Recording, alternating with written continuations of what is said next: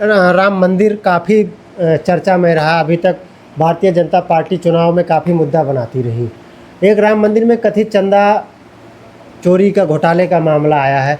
इस पर आप क्या कहेंगे? आज़ाद समाज पार्टी का क्या कहना है मंडल प्रभारी होने के नाते? मैं बात तो चोरी का है। अगर धर्म की बात हो तो धर्म के मामले में हम लोग दखल नहीं देते हैं, क्योंकि धर्म से हमें रोजी नहीं मिलता, न रोटी मिलता है। हम रोजगार की बात करते हैं, बेरोजगारों की बात करते हैं, शोषित पीड़ित जनता पर हुए अत्याचार की बात करता हूँ, उनके हक अधिकार की बात करता हूँ। क्योंकि भगवान तो खुद हमारी सुरक्षा करता है। लोग कहते हैं जो होता है ईश्वर की कृपा से होता है। तो जो कुछ हुआ होगा वो भी अगर चोरी हुआ तो वो भी ईश्वर की कृपा से हुआ है। तो उस पर ज़्यादा बोलने से कोई फ़ायदा नहीं। लोग कहते हैं वही होगा जो राम रच राखा, वही है वही सो राम रच राखा, सो राम रच राखा। हाँ। तो शायद राम जी ने चाहा होगा कि चोरी हो जाए, जब उन्हीं के इशारे पर चलता है सब। जैसा कि यहाँ के शासन प्रशासन, यहाँ के सामंती लोग बताते हैं कि वही होगा जो राम चाहते हैं, तो उन्होंने चाहा होगा चोरी होगा। तो उनमें चोरी करने वाले का कोई दोष नहीं है, और जो उस पर साथ देने वाला उसका भी कोई दोष नहीं। तो भगवान की इच्छा की बात है। यानी भगवान चाहते थे कि वहाँ चोरी। बिल्कुल। जब हम तो नहीं कहते हैं, बड़े बड़े महात्मा कहते हैं, बड़े बड़े सन्यासी कहते हैं, बड़े बड़े विद्वान जो धार्मिक विद्वान है, बस विद्वान नहीं बता रहा हूँ, जो धार्मिक विद्वान वो कहते हैं कि वही होगा जो राम रच रखा। मतलब जो राम ने रचा है वही होगा जो उनकी इच्छा के कुछ खिलाफ नहीं होता। इसका मतलब है भगवान की भी इच्छा थी। अच्छा, आज़ाद समाज पार्टी में हमने ये देखा है कि सभी जातियों के लोग हैं, सभी वर्ग के लोग हैं। उसमें दो जातियों का जो है, मैंने देखा 2-3 जातियों के लोग नहीं दिखाई देते। ब्राह्मण समाज हो गए, क्षत्रिय हो गए, वैश्य हो गए। क्या कारण है कि आज़ाद समाज पार्टी इनसे दूरी बना रही है? हमारी पार्टी जो है आज़ाद समाज पार्टी, काशीराम तथा भीम आर्मी, आज़ाद समाज पार्टी के राष्ट्रीय अध्यक्ष नागीना के सांसद चंद्रशेखर आज़ाद जी भीम आर्मी के भी चीफ हैं। हमारी पार्टी, अभी पल्लवी शुक्ला का बात आपने किया, हम पल्लवी शुक्ला के व्यक्तिगत उसकी विरोध करते हैं। उन्होंने चंद्रशेखर भाई को गाली दिया, यादव समाज को, मुस्लिम समाज को। मैं ऐसी मानसिकता के लोगों का विरोध करता हूँ। उन्होंने कहा कि मैं ब्रांड हूँ, पल्लवी शुक्ला ने। मैंने कह दिया कि वो ब्रांड है, लेकिन ब्रांड इंसान नहीं होता है, ब्रांड बेचने वाली वस्तु होती है। अब ब्राह्मण समाज की लड़कियाँ कोई बेचने वाली वस्तु नहीं है, परिवार की शोभा है, परिवार की मान सम्मान है, सम्मान है परिवार की। तो हमारी पार्टी में हम ब्राह्मण, क्षत्रिय, वैश्य, इनको अभी हमारी पार्टी में इनको कोई स्थान नहीं दिया जा रहा है। लेकिन हम इन जातियों के विरोधी नहीं हैं। हमारे राष्ट्रीय अध्यक्ष ने कभी भी किसी भी भाषण में, किसी भी संबोधन में न ब्राह्मण का विरोध किया है, न क्षत्रिय का विरोध किया है, और न उन्होंने वैश्य का विरोध किया है। हम ब्राह्मण समाज के विरोधी नहीं हैं, ब्राह्मणवाद के विरोधी हैं, मनुवाद के विरोधी हैं, जो दूसरों के हक और अधिकार पर डाका डालते हो, दूसरों को गुलाम बनाकर रखना चाहते हो। हम उनके विरोधी हैं जो दूसरों की कमाई खाना चाहते हैं, जो सदियों से जो आज तक शोषित पीड़ित जनता के साथ दोयम दर्जे का व्यवहार करते रहे हैं। हम उनके विरोधी हैं। बाकी ना ब्राह्मण समाज के विरोधी हैं, ना वैश्य के हैं, ना क्षत्रिय के हैं। कोई हमारा विरोधी नहीं है। व्यक्तिगत ताल्लुकात हमारे भी और चंद्रशेखर भाई की ब्राह्मण से भी है। ब्राह्मण समाज के सैकड़ों लोग हैं जो हमारे मित्र हैं। क्षत्रिय समाज के भी कई लोग हैं, वैश्य समाज के भी लोग हैं। अभी इसके पहले जिस पार्टी में रहता था, आजाद लोक जनशक्ति पार्टी में जिलाध्यक्ष था, मैं प्रदेश महासचिव था, उसमें हमारे साथ तमाम ब्राह्मण समाज के लोग रहते थे। हम साथ में बैठते थे, हमारे बीच में ना कोई बेनमेनफ था। हम एक दूसरे के साथ भाईचारे के साथ रहते थे। आज भी हमारा भाईचारा है। लेकिन जहाँ हक और अधिकार की बात आएगी, जहाँ दोयम दर्जे का व्यवहार हमारे भाइयों के साथ होगा, जहाँ बहुजन समाज पर अत्याचार जुल्म होगा, उनके आरक्षण पर डाका डाला जाएगा, उनके अधिकार पर डाका डाला जाएगा, तो हम लोग चुप नहीं बैठेंगे। ना आज़ाद समाज पार्टी चुप बैठेगी, ना भीम आर्मी के लोग चुप बैठेंगे। मैं एक बताना चाहता हूँ, राजनारायण लोहिया जी ने एक नारा दिया था कि न मानेंगे न मारेंगे। उन्होंने कहा था कि ना मानेंगे ना मारेंगे। अगर कोई हमारे वाद करता है या हमारे समाज पर अत्याचार करता है तो मानेंगे नहीं, लेकिन मानेंगे नहीं, प्रतिशोध जरूर करेंगे, उसका विरोध जरूर करेंगे। हम चाहे सड़क से लेकर संसद तक हमारे नेता चंद्रशेखर आज़ाद जी और हमारी पार्टी के सभी पदाधिकारी और कार्यकर्ता सड़क से लेकर संसद तक लड़ने का काम करेंगे। हम अपने हक और अधिकार के लिए मौन रहकर सब कुछ भारतीय जनता पार्टी की दोगली सरकार की नीतियों को, उसको दमनकारी नीतियों को हम बर्दाश्त नहीं करेंगे। एक सवाल लेंगे आपसे। अभी जनगणना चल रहा था, आपके राष्ट्रीय अध्यक्ष भी लगातार मांग करते रहे कि जातिगत जनगणना करवाई जाए, विपक्ष के और सारे, चाहे इंडिया गठबंधन को ले लिया जाए, जितने भी पार्टी के लोग हैं। लेकिन अभी जनगणना चल रहा है, उसमें सारे कॉलम है, जाति भी पूछी जा रही है। हालांकि सरकार के पास जातियों का आंकड़ा तो पहुंच जाएगा, ये तो कन्फर्म है, लेकिन क्या कारण है कि सरकार आधिकारिक तौर पर ये घोषणा करने में अपनी असमर्थता जता रही है? असल में सरकार को डर है कि जो बहुजन समाज है, अगर इनकी जातियों, खास करके पिछड़ी जाति, मुस्लिम समाज, अनुसूचित जाति की सही जनसंख्या अगर दर्ज हो गया जनगणना में, अगर उसको दर्ज किया गया जनगणना के कॉलम में कौन किसी जाति का है, किसी धर्म का है, तो इससे आने वाले समय में बहुजन समाज के लोग अपने हक और अधिकार के लिए, बराबरी के लिए, अपनी अधिकार के लिए लड़ाई लड़ना शुरू करेंगे और अपना अधिकार मांगेंगे और अधिकार उनको न देना पड़े। इसलिए पिछड़ी जाति और मुस्लिम समाज दलित की जनगणना में उनका कोई संवैधानिक तरीके से कोई कॉलम नहीं रखा है कि दर्ज किया जाए।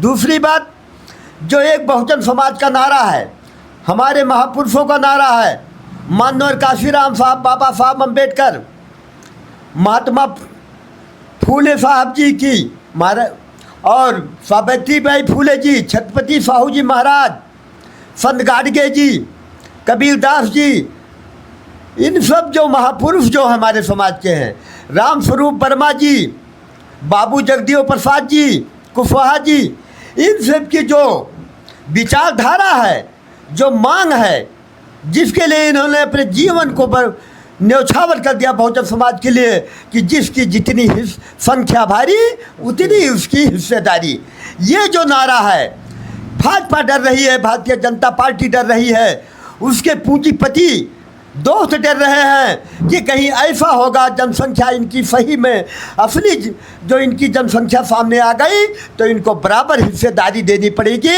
इनकी संख्या के अनुपात में इनको हिस्सा देना पड़ेगा शासन सत्ता से लेकर धन और जमीन जायदाद में।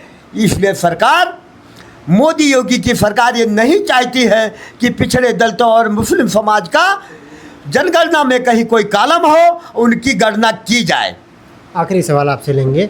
27 में विधानसभा चुनाव आ रहा है, एक मंडल प्रभारी होने के नाते क्या आपकी तैयारी है और आपकी पार्टी कितने, पूरे मंडल की कितनी सीटों पर जो है प्रत्याशी उतारेगी अपने? सबसे पहले तो मैं बता देना चाहता हूँ, हमारी आज़ाद समाज पार्टी अभी जुमा 4 साल हुआ, 50 साल चल रहा है बने हुए। हमारी पार्टी अभी संगठनों के दौर से गुजर रही है, संगठनिक दौर से गुजर रही है। संगठन पर मजबूत बनाने पर हम पूरे देश में हमारे पार्टी के लोग, हमारे राष्ट्रीय अध्यक्ष चंद्रशेखर भाई लगे हुए हैं।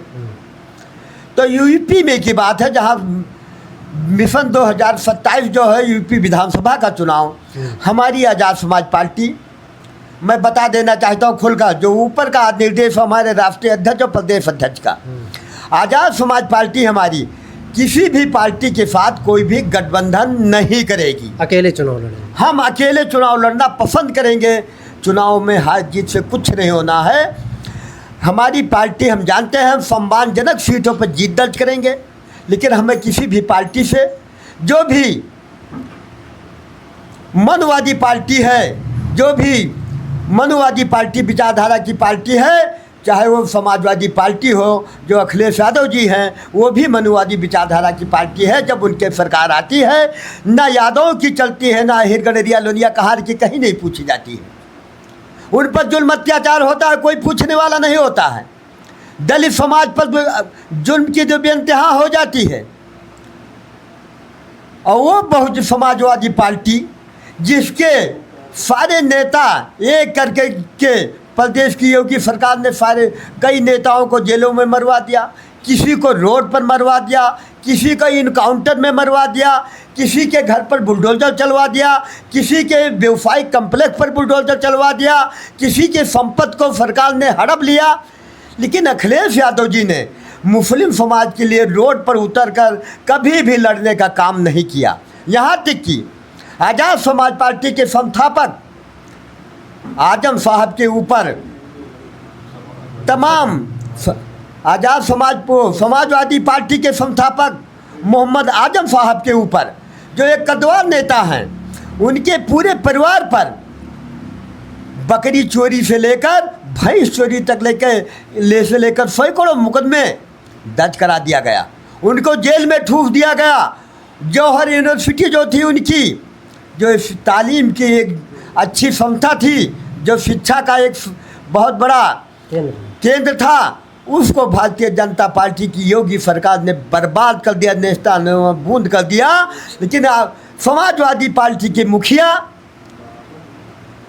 माननीय अखिलेश यादव जी और या उनकी पार्टी के समाजवादी पार्टी के किसी के नेताओं के कान में जूं तक नहीं रहेगी। हमने सुना है उन्होंने लखनऊ में मुस्लिम समाज की बैठक बुलाई थी। उन्होंने कहा था कि आप लोग मुझे जिताइए, सरकार बनेगी तब आपकी मदद करेंगे। यही हाल हमारी बहन जी का है। वो दलितों के लिए कहती हैं पहले आप वोट दीजिए, हमारी सरकार बनेगी तो आपकी रक्षा करेंगे। अब आप बताइए, आज हमारे ऊपर मुस्लिम समाज और दलित समाज पर बर्बर जुल्म अत्याचार हो रहा है। हमारे लोग मार दिए जाएंगे, इनकाउंटर कर दिए जाएंगे, हमारे भाइयों के ज़मीन जायदाद पर कब्जा किया जा रहा है, कब्जा कर लेंगे। उसके बाद समाजवादी पार्टी और बहुजन समाज के पार्टी के लोग क्या करेंगे? यानी आप अकेले चुनाव लड़ेंगे 2027? हाँ, हमारी पार्टी अकेले विधानसभा के चुनाव में उतरेगी। अपने बलबूते पर सभी 403 विधानसभा सीटों पर आज़ाद समाज पार्टी चुनाव लड़ने का काम करेगी। गोंडा में हम 7 विधानसभा में प्रत्याशी उतारने का काम करेंगे और चुनाव जीतने का भी काम करेंगे। गोंडा में कम से कम 2 विधानसभा सीटों पर मैं वादे के साथ कह रहा हूँ, गोंडा में 2 विधानसभा सीटों पर आज़ाद समाज पार्टी का खाता खुलेगा। हम 2 विधानसभा सीटों को गोंडा में जीतने का काम करेंगे। लोगों को दिखाई नहीं दे रहा है, लेकिन जनता के बीच में दलित और पिछड़े वर्ग के लोग, तमाम लोग भाजपा सरकार के जुल्म अत्याचार से पीड़ित हैं। दलित पीड़ित है, मुस्लिम पीड़ित हैं। आज उनको कोई कहीं खड़ा दिखाई देता है तो चंद्रशेखर आज़ाद दिखाई देते हैं, आज़ाद समाज पार्टी के लोग दिखाई देते हैं, भीम आर्मी के लोग दिखाई देते हैं, ना समाजवादी के दिखाई देते हैं, ना किस कांग्रेस पार्टी के लोग दिखाई देते हैं। ये लोग केवल वोट के सौदागर हैं। समाजवादी पार्टी के लोग और कांग्रेस पार्टी के लोग ये किसी के नहीं हैं। ये जब आप खाते पीते रहोगे, आपको कोई तकलीफ़ नहीं रहेगा तो कहेंगे हम तुम्हारे साथ हैं। जब आपको संकट आएगा, जैसे मुस्लिम समाज पर पूरे प्रदेश में जुल्म अत्याचार हो रहा है, दलित पर हो रहा है, तो अखिलेश यादव जी से लेकर कांग्रेस पार्टी तक कोई के कान में जूं नहीं रेंग रहा है। कोई सड़क पर उतरने को तैयार नहीं है। लेकिन हमारा आज़ाद समाज पार्टी सड़क पर उतरने का, चाहे बहुजन समाज के लिए सड़क पर उतर कर लड़ाई लड़ने का काम कर रही है। हमारे कार्यकर्ता लाठी गोली खाने का काम कर रहे हैं। हमारे आज़ाद समाज पार्टी भीम आदमी का कार्यकर्ता हर जिले में पुलिस की मार खाते हैं, मुकदमा लिखा जाता है, जेल में जाते हैं। लेकिन हम पीछे हटने वाले हमारे पार्टी के कार्यकर्ता नहीं हैं। हमारे राष्ट्रीय नेता चंद्रशेखर आज़ाद के से हम लोग शिक्षा ग्रहण करते हैं।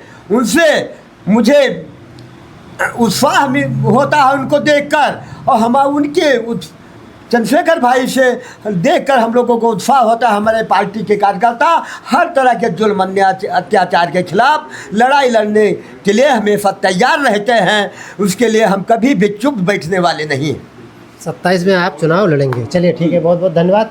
अभी हमारे साथ थे देवीपाटन मंडल प्रभारी आज़ाद समाज पार्टी काशीराम के जयशंकर गौतम जी। इन्होंने अपनी बात रखी। इस पूरी बातचीत पर आपकी क्या राय है कमेंट करके ज़रूर बताइएगा। मिलते हैं किसी और जगह से किसी और खबर के साथ। नमस्कार।